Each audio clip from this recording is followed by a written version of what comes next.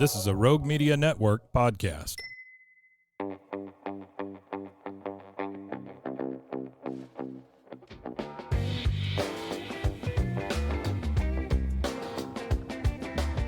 Coming up on this week's episode of the Rip City Roundtable podcast, I get to sit down with Steve Dewald, former second in command of the Blazers Edge.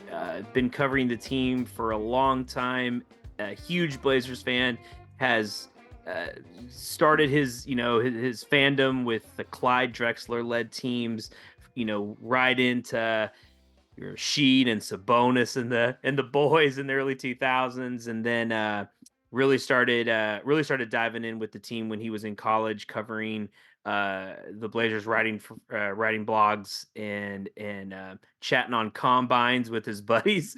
He'll talk about that here, so that'll make a little bit more sense coming up. But yeah, just an awesome guy. Great insights on the team. Really specifically about where the Blazers should be drafting this year. Steve now spends a lot of his time. He's no longer really full time with Blazers Edge, but he does do a lot of writing in regards to prospects, college, European, all over the world, G leaguers, players that the Blazers should be looking at because, newsflash, we haven't been that good this year, and really a lot of the excitement for us is going to come down to draft night.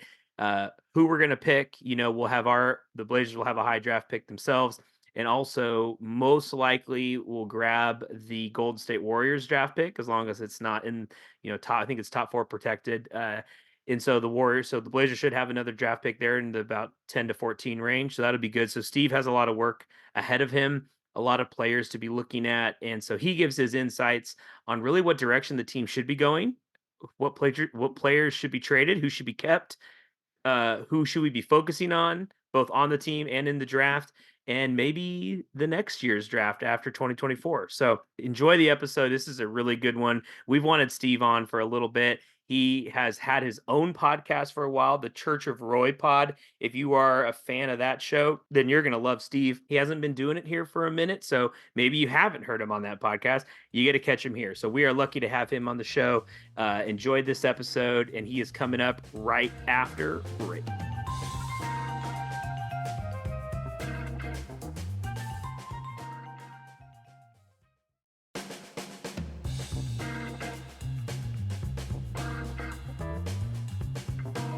All right, everybody, we are back from break, and we have an amazing guest. I think I say every guest is amazing, Steve, but it's because you all are amazing, and you are amazing. Steve Dewald, welcome to the Rip City Roundtable podcast. How are you doing, my friend? I'm good. I've had to blow the dust off my microphone here and jump back on the podcast horse. It's been a little bit of a hiatus, Yeah. but I'm happy to be here. And like you said, I've been very privileged to be surrounded by an amazing staff at Blazers Edge, some of the people you've already had on this show. So I Yes. definitely consider myself lucky and privileged to be among that company. Well, cool. Well, we're happy to have you. I know Connor and Adrian and Brandon. They set a high bar, but I think you'll be able to jump over it. So I'm Hopefully. I'm not too worried. We actually met the first time we were chatting about the Church of Roy podcast, which is the Mhm. Blazers podcast you were doing. Let's start there, and we'll kind of get to know you as well. But Mhm. how did that podcast come to be? I know it's not actively going right Yeah. now yet. We're still chatting about it, maybe. But talk to us about how that podcast got started. So really, it started with my one of my longtime best friends. We went to high school together, and then I'm from a very rural community in Eastern Oregon, and really, it started with us working summers in college, doing a pea harvest combine driving. So this is very basketball related, as you can tell, Clearly. but there was not a lot of entertainment when you're on these combines. Oh, So radio coverage was spotty in a lot of the places we were at. So we basically hosted our own sports radio show over CBs for us and probably 10 other drivers. And, it just nice. that's kind of where this started. Brian Wilcox was my co host on the Church of Roy. And then eventually it just got to the point where we wanted to try our hand doing a podcast. I wanted to kind of ease up from doing as much writing as I was doing.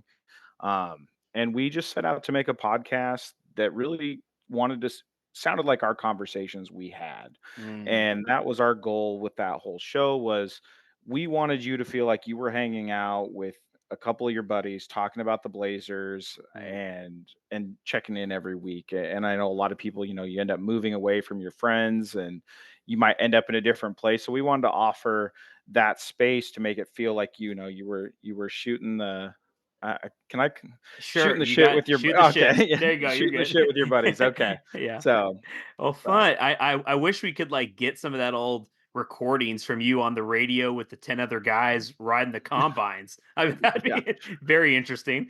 Very interesting. There's some stuff that's it's probably best left in that era, but yeah, That's it was a true. lot of fun, and a lot of those guys that we worked with then were excited when we started the show as well. Oh, So it was kind of a long time coming. oh, very good, So very good. What year, what time frame was that? well, I would have been around 2006. So it was Oh, right when like kind of Brandon Roy showed up to the team. So okay. again, this was a very slow burn in the making of this. And I to give Brian credit, I mean, he only came in to do podcasting with me, few years ago, but really a lot of my writing and how I started at Blazers Edge was really based on me and him really diving into like the nerdiest parts of Blazer basketball and where the NBA was heading. And so really it was just kind of bringing him out of the shadow and into the spotlight because he Mm. inspired a lot of the writing that I did was inspired by conversations we were having. So Oh, I like that. So use like a Bible reference, like Moses and Aaron. You were like pulling, like you were like Aaron, like Moses. Let me give you a voice. yeah, No, that. yeah. So wait, what year did you start the podcast? Was it 2006? No, no, no, no, No, no. no one was. I'll say that you were like the first. I was like, that No, would have yeah, been it was like wild. me and Bill Simmons, but, Yeah, you. no, it was, we probably started that podcast in, like, 2019, Yeah. around Okay. there, so Very cool. Very cool. Oh, okay, Steve. So let's go back a little, even back further, further, okay. further. So when did you become a Blazers fan? What's like the story there? So my father was a huge basketball fan, and really, when you think about someone who, I mean, he was raised in Montana, lived in Eastern Oregon, not really screaming your typical basketball fan, but he loved the game, and definitely spread that to me. And luckily, as I was, coming up, I'm almost 40 now. I do remember barely the Drexler era basketball Mhm. teams. And, that was something me and my dad and my uncle bonded over. Those long road trips from Hermiston, Oregon to Portland, Mhm. Oregon to go watch the Blazers. But I've talked about this a little bit, and this is something that me and Lindsay bonded over when she was still on staff as well. Was it was much easier for me to watch the Supersonics where I lived. Mm, And so when the Blazer Drexler era kind of died, I watched way more Sonics basketball. And that's really when I started to pay more attention to how the game worked, mm, team construction. I was a huge George Carl guy, probably why I like Terry Stotts so much. But yeah. I really love those Nate McMillan, Hershey Hawkins, Sean Kemp, Gary Payton teams. I know this is probably nails on a chalkboard to the Yeah. diehard Blazer fans, but eventually, and they just kind of all came perfect circle. Yeah. Then that team kind of faded away, and then you had the Pippen, Rasheed Wallace Blazers, and Mhm. then eventually I went to college in Portland. And when I moved there, it's right around the time when things were really imploding. But Brandon Roy showed up after that, Yeah. and then really, it was so cheap to go to those games early on. Mm, So like that was, cheap college, broke college kid entertainment for me. So sitting in literally the top row of the Rose Garden, yeah. watching Brandon Roy play, watching Travis Mm, Outlaw play. So and then yeah. from there, I've kind of been hooked. And then when I got into the coverage part of what I wanted to do to kind of scratch that itch. Um, it lined up perfectly with Damian Lillard showing up in town when I, Mm. started to formulate the ideas I wanted and, kind of dip my toes in the blogging world at that point. Okay, cool. So then is that and by the way, I feel like those like Darius Miles, like Nick Van Yep. Exel years felt like those went on for like 20 years. And in reality, it probably is only a couple seasons, but it felt like forever. Theo Yeah. Theo Ratliff. I think in that time, like it was like grasping at straws to be a fan. But you get through the bad times to get Yep. to the Yep. good times. So was it the writing then that led you to Blazers Edge, or what kind of got you uh to the website and all the blogging? So for me, it was, I left, the academic structure after college, and I took a blue collar apprenticeship after college. Not really the career path I thought I was going to go down, but again, you're doing the quick math here. It was 2008, 2009, so the job market shifted significantly while I was in college. Mm, So I wasn't using that part of my brain as much as I would like to. So I just started. It started with honestly like really long Facebook rants into the void, and then a little bit of Reddit, and then yeah. eventually I'm on the Blazers Edge message boards, Mm, and then that staff, Dave really vets his people, and is looking for someone that it goes about their business the right way and has a proven track record. So yeah. uh, I ended up going to the Rip City Project, fan sided. I ran that site. It was crazy. I went from no formal blogging to 1 month as an unpaid staff writer to within a month and a half, I was running that site.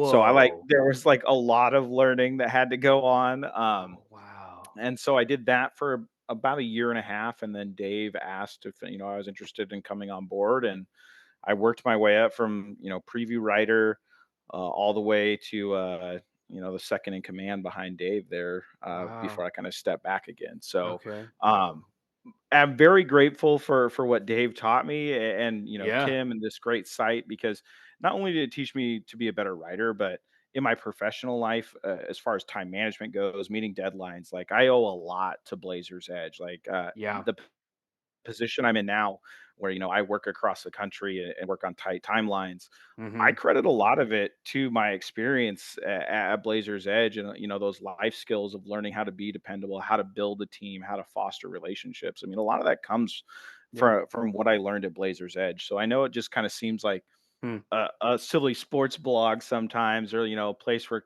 people come together and complain, but really there's a lot of life skills that you can take from it, if you Yeah. really take the time to do it. Yeah, no, for sure. You're making me. It reminds me of when I got started. This is my first year, my first season Mhm. with Blazers Edge, and Dave has me just doing like the Mhm. extended recaps after games. And Yep.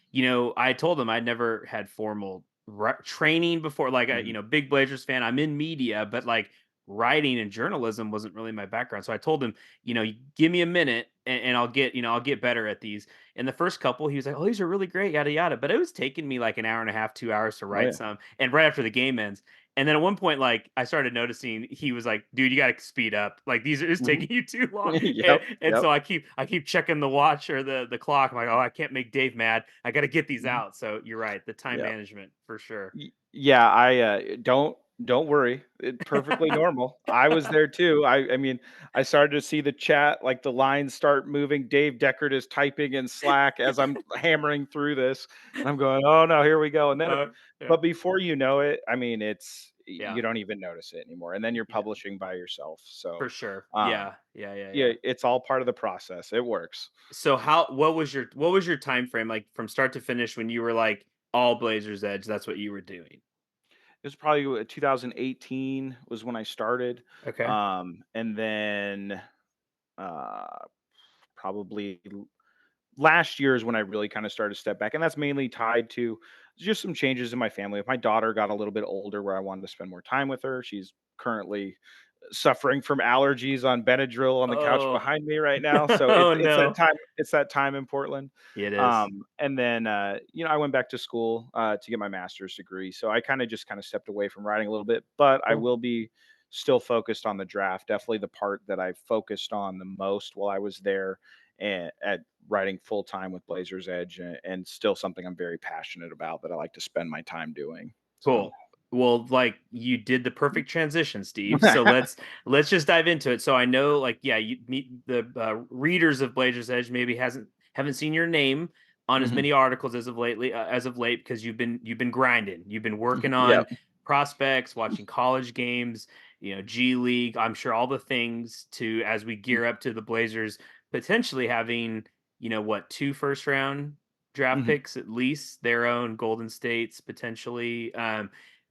Talk to me about this upcoming draft prospect wise. What are you seeing, and should fans be excited, or should they be like gearing up for maybe another off season?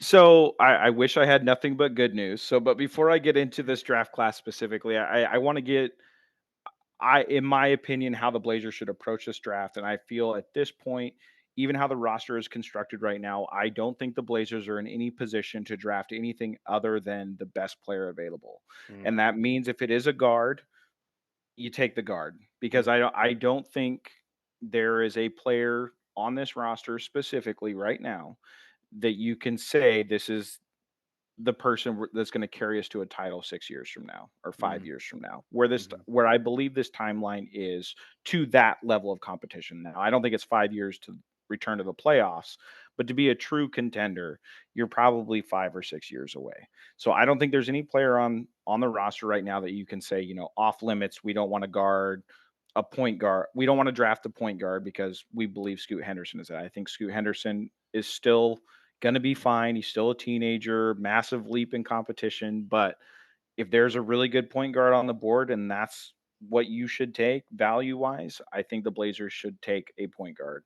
I know mm. that's probably not the most popular thing for people to hear, but Yeah, you can hear um, the pitchforks outside your yeah, house I right know, now. Like, no, I how know. dare you? Okay, all I right. know. Yeah, Just what we need, another point guard. yeah. But I think there are a couple players in this draft that I think would certainly be helpful, and that starts with Sar at the top of this draft, the big man currently playing in Australia. Not really kind of that finesse European style big man, more of kind of a classic, uh, dare I say, mid '90s kind of like Mm, gonna make his money rebounding, playing defense, scoring inside the arc. Um, Tremendously athletic. But then I do think there is a little bit of a drop off in this. And the guy I keep coming back to as I watch more tape is, and I French names, I just learned to say Ryan Rupert. So uh Resache Zachary, he's a French okay. 19-year-old.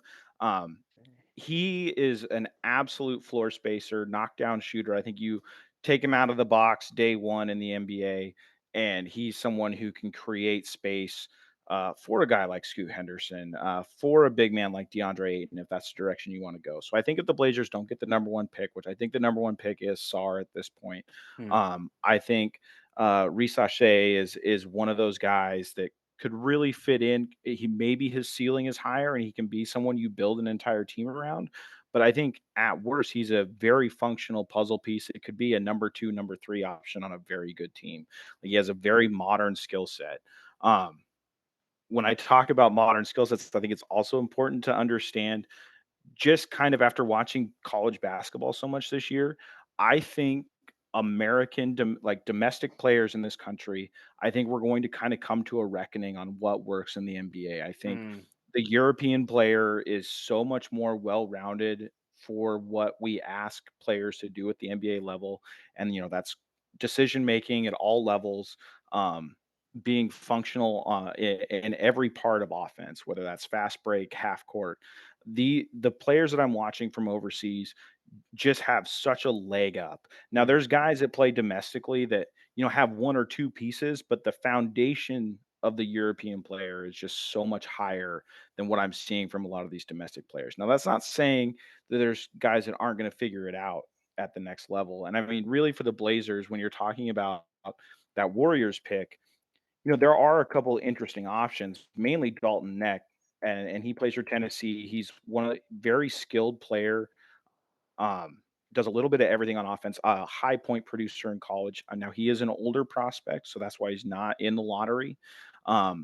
But he's a senior. He's going to be basically what he is when he comes into the NBA. I mean, there's always room for improvement, but someone who could be very useful, kind of think Tumani Kamara this year. Very useful player, but definitely an older player on the when you're looking at the prospect scale here of, maybe we've seen close to what his ceiling could be, certainly what his floor is. Yeah. So, Okay. I think that's but interesting point, Steve. So this episode will drop Thursday.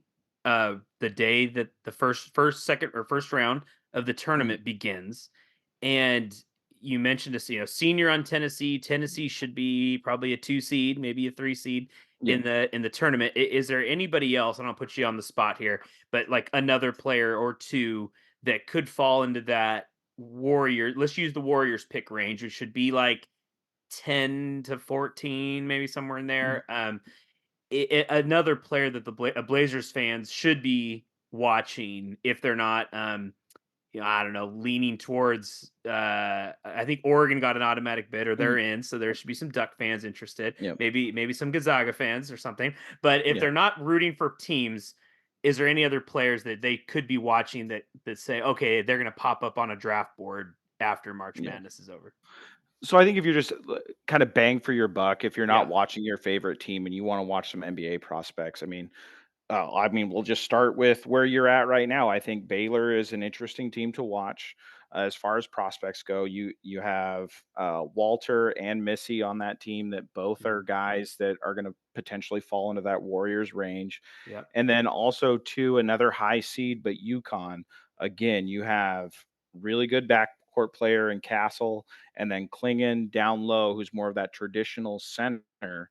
I think both of those teams are going to give you at least four players to watch if you're watching them play consistently. Tennessee, like I already mentioned, is someone I definitely tune into, and from my limited connections on what I'm hearing from the Blazers, Dalton Necht is someone who is definitely on their radar. So he is definitely worth watching, and he's going to play a ball dominant style. He's going to get a lot of touches, high usage player. A player, you mentioned Oregon fans. Um, Watched Cody Williams again last night. He's Mhm. someone who's projected to be in the top five. I just don't see it. Like I think I can watch a whole game and kind of forget where he is for long stretches, and Mm. that's concerning. Yeah. Usually, when you're talking about a top five player, it's someone who should be making an impact pretty consistently. But if you are a Duck fan, someone who can sneak into the conversation, I mean, you talk about a team that's scary, is this Oregon Ducks team that is finally healthy, finally has everybody playing together. Nafali Dante was an absolute monster the last 2 games in the Pac-12 tournament. Just a classic inside the paint scorer.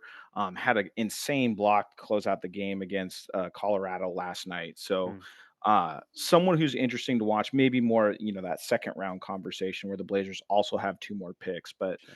there's a lot of players to watch. Now, I don't think you're going to be watching, if you're a Blazer fan and you want to watch prospects, you're probably not going to watch for that first pick Mhm.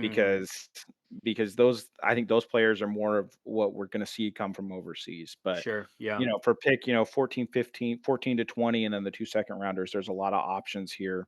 Mhm. And really, a lot of people are going to make their name and gather that buzz going forward. Yeah. So, Do you feel like, and this might be a larger question, but like like the European player, and you look at, you and I could make a top 5 list of NBA players right now, and I bet you 4 of the 5 were probably European. Like, they're from Greece, they're from mhm. Slovenia, they're from these other countries, as we go down the list here. And do you think that's Europe has just had a better pipeline to developing players, or do you think the NBA has changed its play style to fit more of a European style player, or do you think it's neither of those and it's just Giannis is Giannis, Jokic is Jokic, and that's just where we're at? I mean, certainly, like in Jokic and Giannis's case, I mean, it certainly doesn't help that one's a 7 foot phenom that sees the floor like Steve Nash, Yeah. and the other one is a 7 footer that moves like a gazelle and can dunk from half court, basically. So Yeah. certainly those help.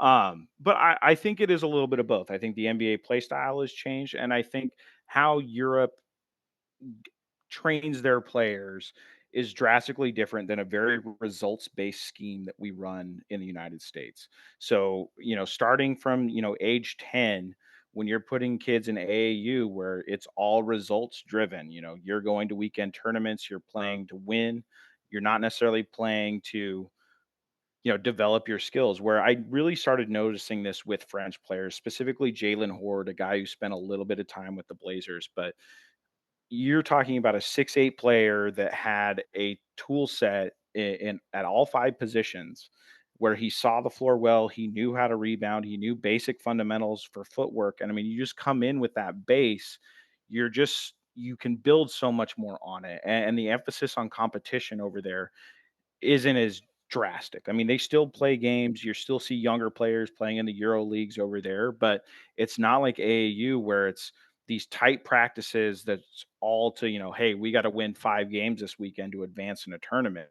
Like I think the US, if they want to stay competitive with their domestic players, are going to have to rethink what our expectations of success are from ages 10 to 18 years old.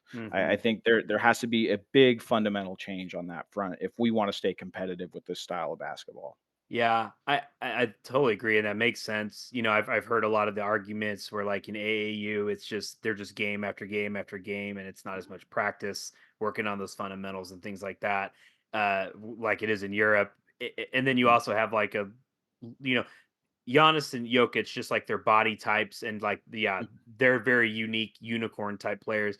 I would say Luka Doncic is obviously he's like a very large size point guard, and that always Mhm. gives advantages. But that guy probably more reps just playing against adults and like Yeah. grown men in pro leagues in Europe probably help shape him more so than just being like, well, look at him. He's 7'1". Well, he's not Yeah. 7'1", but he Mhm. he definitely had to work on that skill set. And again, one of the probably top 5, top 7 players in the NBA.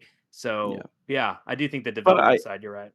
I think like with Luca though, like I mean, yes, he definitely benefited from playing against, grown men in the professional leagues, but also I think the type of skills he had and how he sees the floor and understands gravity at multiple levels. I mean, Luca made his name by creating crazy shots for other people. I mean, Mm, blossomed into this score at the NBA mainly because he has a really firm understanding of where his placement impacts everyone around him and how he can manipulate that to get to anywhere he wants to go. mm, And really, I mean, we saw Dame do this. I mean, domestic players do this. Like you yeah. talk about Damian Lillard and Steph Curry, both of those guys have a very good understanding of how their gravity affects other players on the floor. But I just Mm, feel like European players with the pace they play and having their 4 teammates on the floor with them, all basically being positionless as well, really opens up their ability to make fast decisions at the next level. Where I think some domestic players on the offensive end, it takes them a little bit longer to get to that level. And I think we're seeing mm. that with Scoot Henderson to an extent.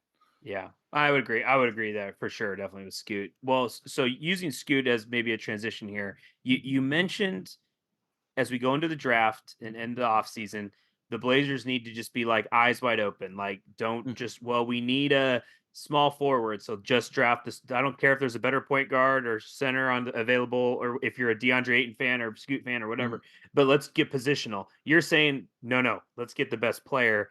And so the direction is everything is still up for grabs here for Portland. mhm. Do you see do you see a guy like Malcolm Brogdon or Jeremy Grant, Matisse Thybulle? Do you see them getting moved at the draft for potential like other draft picks in this draft? Do you think the Blazers stay put and kind of focus on that 2025 draft because that is been touted as a better draft, and the Blazers kind of unload assets to just get ready for that one and the rebuild continues? What's kind of the thought there?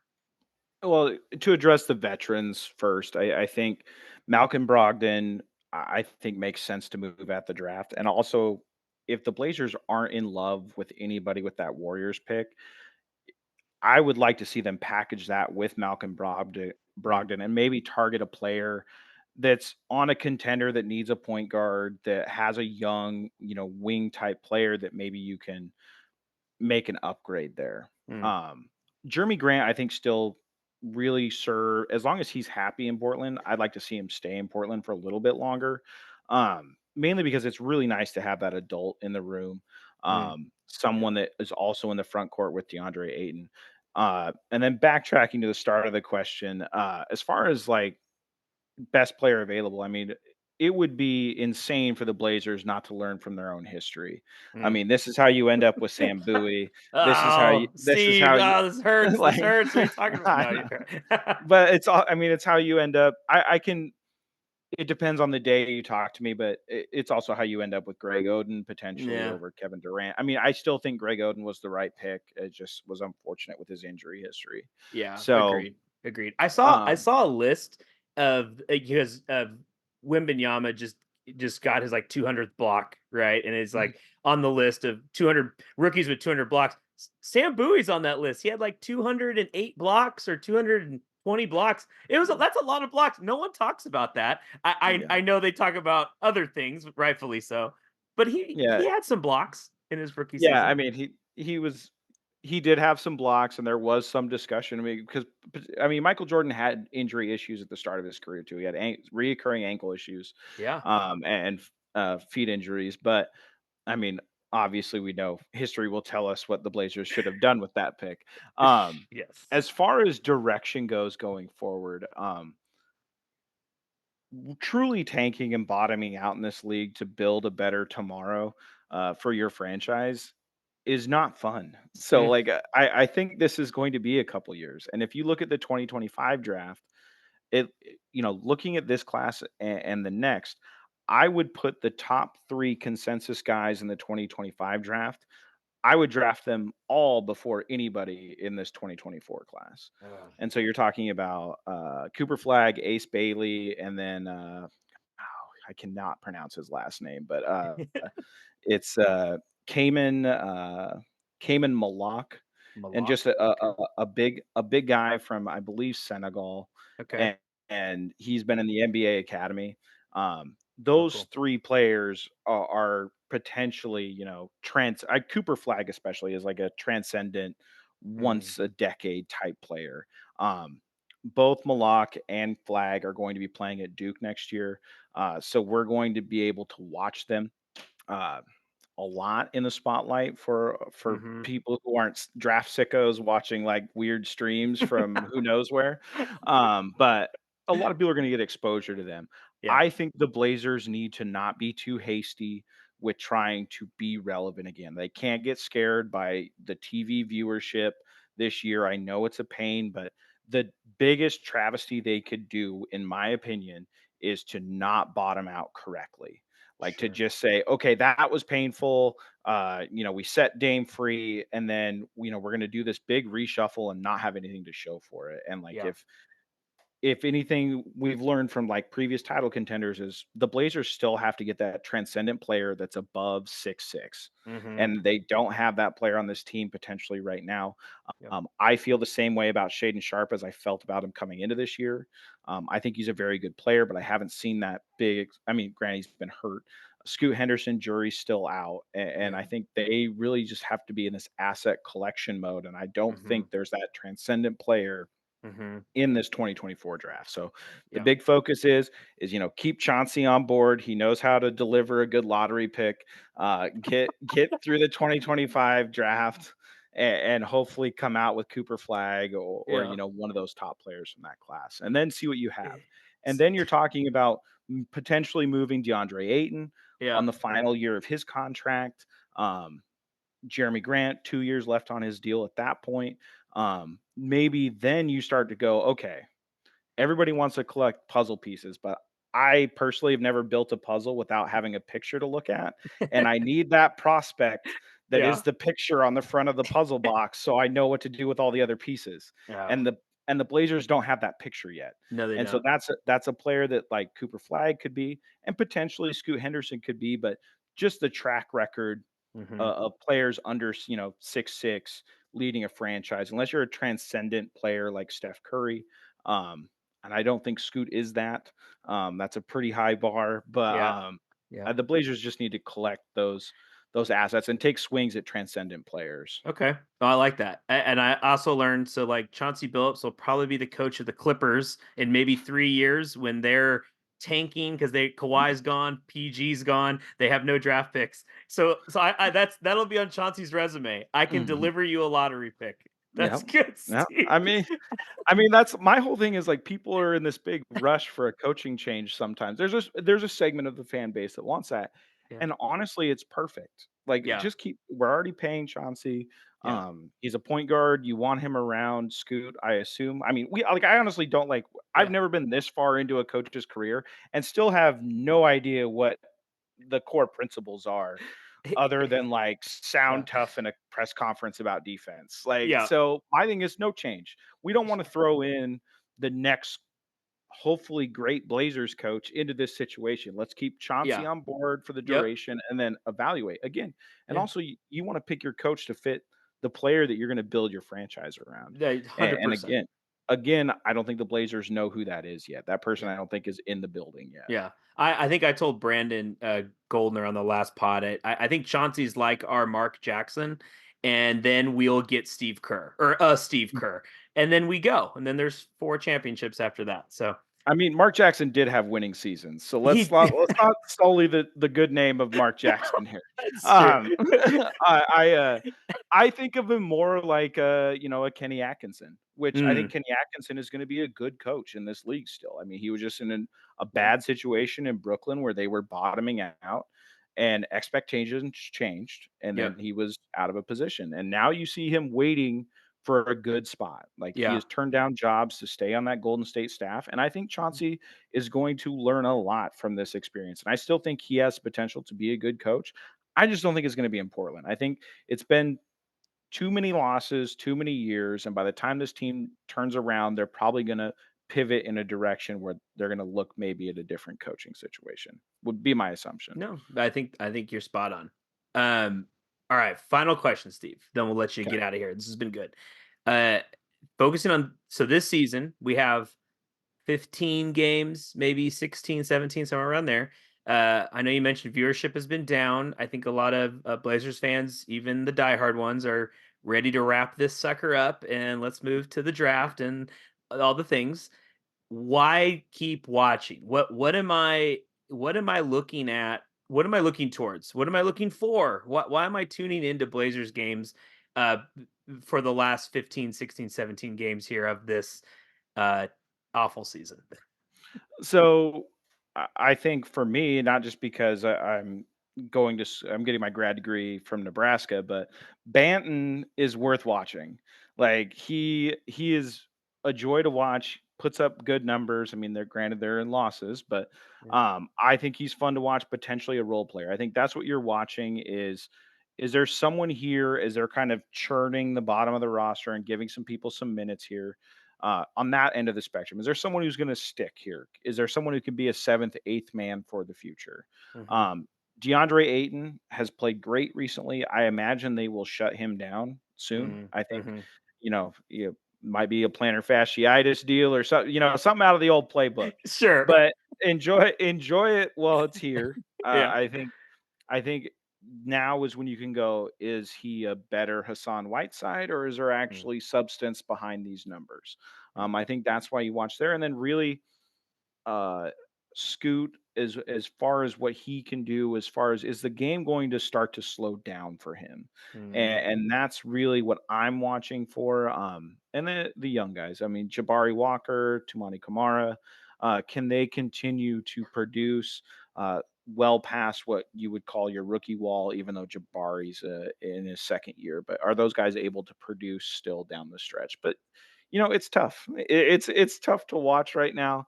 mm, Um, but those are you want to watch for individual growth. mhm. Are people getting to the right spots? Are they spacing correctly?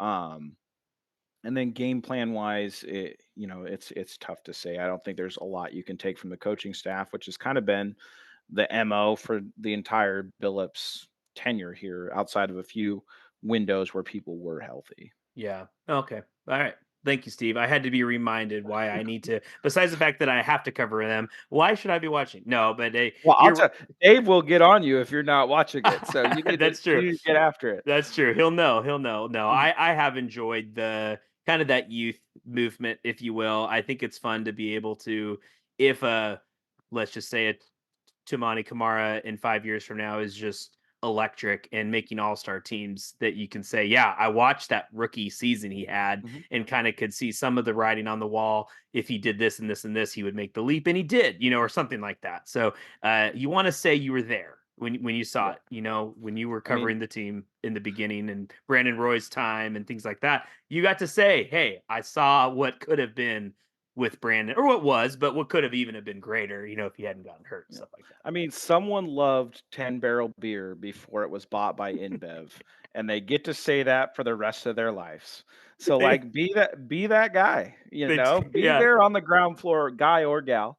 there you Be go. that person, get in on the Yeah, ground floor so you can be that yep, obnoxious person at the Blazer game because yeah, I love it. I love to empower those type of people. Those are the people I surround myself with. So, be that person. Be there yeah, on the and plus, honestly, joking aside, the payoff is so great when the team mm, finally does turn the corner and start to play well. Like those wins mean something. Like I'll never forget 0.9 hmm, being in the building for that. And after, those years of, really the high point was, the Brandon Roy goodbye game against Dallas in the playoffs. I mean, to hmm, have it mean something too yeah, and have a team that you've suffered through, um, it really means something, and the juice is worth the squeeze, so, like, just stick it out, yeah, and yeah.